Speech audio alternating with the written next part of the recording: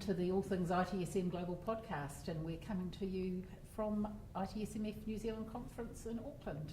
I'm Kirsty McGowan, and I'm here with Tristan Boot, Carlos Casanova, Kirsty, and our guest is Rob England, also obviously known Hello globally as the IT Skeptic. Hello all. welcome, Rob. Thank you. So, Rob, you're doing an address this afternoon, tomorrow, I believe? Tomorrow. Tomorrow. On Multispeed IT, is it? Yeah. Could you kind of speak to that a little bit? Kind of explain to us, what you envision from that? Yeah. So every year there's one or two big topics I sort of obsess on the blog. You obsess, Bob? So I get, but there are things that I deep dive into and think of as the big idea for the year. Sure. And there'll be one or maybe two each year that it just seems to work out that way. And it feels like the big idea for 2015 is this multi-speed IT. Right. And so this comes out of a number of things. It comes out of all this DevOps stuff that's going on, right? And that clashing of gears between agile cadence, agile life cycle, and our traditional production life cycles, and the crunching of gears. And it also comes out of, so Gartner have been talking about this thing called bimodal. Yes. Yeah. Right. Yep. Where they talk about mode 1, which is the more traditional life cycle, and mode 2, which is the more nimble approach. And so that, and it's come up in other sort of flavors like digital and industrial is another buzzword, right? The high speed. Whichever ones they could trademark. That's right, yeah. And they also have that 3-level model of systems of innovation, systems of differentiation, and systems of record. So the systems of innovation are the really high risk number ones, and the systems of differentiation are the more stable apps, but they're ones that still differentiate you from your competitors, so you need to move fairly quickly. And then the systems of record, which are who cares, everyone has one of those, a general ledger. And so those ideas, people are starting to talk about having these 2-speed organisations, right, with the really fast nimble. Well, I don't think that's still the answer. I think, and it's not my idea, others are saying that it needs to be more calibrated, that there's a spectrum from the really nimble to the really conservative. Right. So more of a multi-speed. A multi-speed IT, right? And Wow, is that where you got that? that's right, yeah. And so and so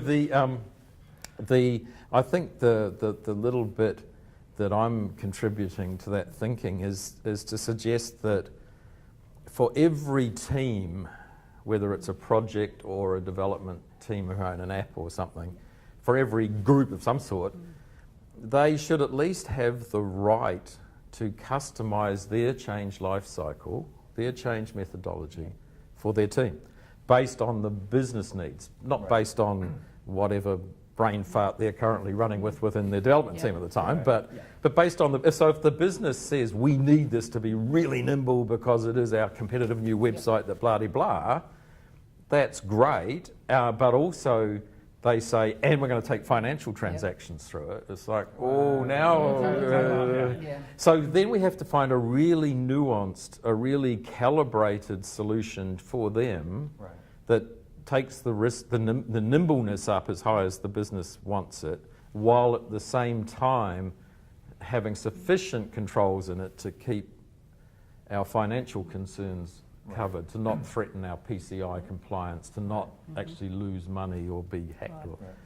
So do you see that as creating more work or taking work away? Because I immediately am sort of looking at some of the organisations that I know in New Zealand, them trying to be nimble or across a number of speeds like that. I can actually see there be potentially an overhead in they can't run one or two processes. It's fair to say there's an overhead. The contra case is, I'm thinking of one organisation that said we're agile, and all their dev groups were. They did daily stand-ups then. Yeah, that's right. They did daily stand-ups, and they released a lot, right? And so they have 6 teams all trying to do this, and the teams range from running back-end financial systems to running webby, hooby-dooby stuff, right? So, and yet they're trying to impose this one dev approach, and their change people are trying to say there is one change cycle that everyone shall comply with.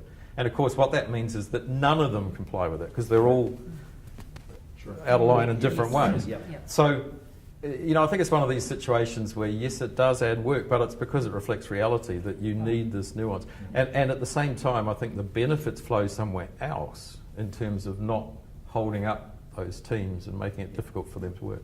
Yeah. Well, because we've heard it a number of times already over the last sort of day and a half here, the number of questions that are coming out around, exactly the same, Paul, that clash of, rapid development hits a static change process. There's got to be ways of making, there's no reason that, agile, you still need, controls and governance around it, but you want to make it, as simple as you can in that process. And the other piece I chuck into the mix is the standard plus case idea, Yes. right? So, which I brewed up a couple of years ago. It's any response, and so when the organisation responds to the development team or the project who say, we want to change methodology, standard plus case. For some of those teams, they'll go, oh, well, we've already got one for you. Yeah. You use this, Right. this model. Yeah. Right. Here you go, bang, off the shelf, there's your model. Yeah. But then you get that other one that is doing a website that takes money. It's like, ooh, this is a case. We need to get some of our change methodology experts and our architects in a room with the business and with the developers and come up with something that is bespoke to this team. Yeah. But that doesn't mean we're going to be doing that for every single team. A lot of the time they'll be standard. It'll be like, oh, yeah, you guys. And then you build more of your standards. Exactly. I have to say, I heard some great feedback around the conference after your Oh, that's workshop good to yesterday hear. on That's Standard nice. Plus Case, people who obviously hadn't seen it or read the book before and were really buzzing about Oh, it's funny. I it. don't think it's ego. I really thought that idea would rock. It's interesting Yeah. how little it's stuck. Well, I guess, the thing, with all of this, I'm hearing all this, and one of the things that I keep coming back to is one of the biggest challenges that we tend to find is leadership or lack thereof. Yeah. So we're talking about putting in place something that's far more dynamic in organizations that already have a massive leadership vacuum. Yes. The management So doesn't, right. management wants to keep everything as tight and as rigorous because frankly that's all they can handle. But yeah, we're talking about looking to the future, the more mature model when we know that there's already an issue with leadership. So I think we agree on that thing. The concern is that are a lot of these companies ready to handle 2, 3, 4 different approaches when frankly, you've been in a lot of these companies, you guys as well. Yeah. A lot of them I don't find handle one approach No. very well. Yeah. So that's kind of the concern. I think- how do you get there? Yeah. So there's a graduated thing, isn't there? So in that workshop, I said to the audience, how many of you people would describe yourselves as an agile development organisation? Right. And half the hands in the room went up, right? Yeah. Okay. So it's still only half, but Yeah. hey, 5 years ago there would have been the No, one there weird would guy have at the been back, one right? back, yes. Yeah. Yeah. And so in the same way, I think over time, Yeah. this multi-speed idea will flow, the bimodal and all that, will flow through, but it's the CIOs are reading it on the aeroplane, they're coming Yeah. back and going, bimodal, right? Yeah. So, it's like, But they've read a lot of stuff. Yeah. Yeah. so I think that will, just the business frustration Yeah.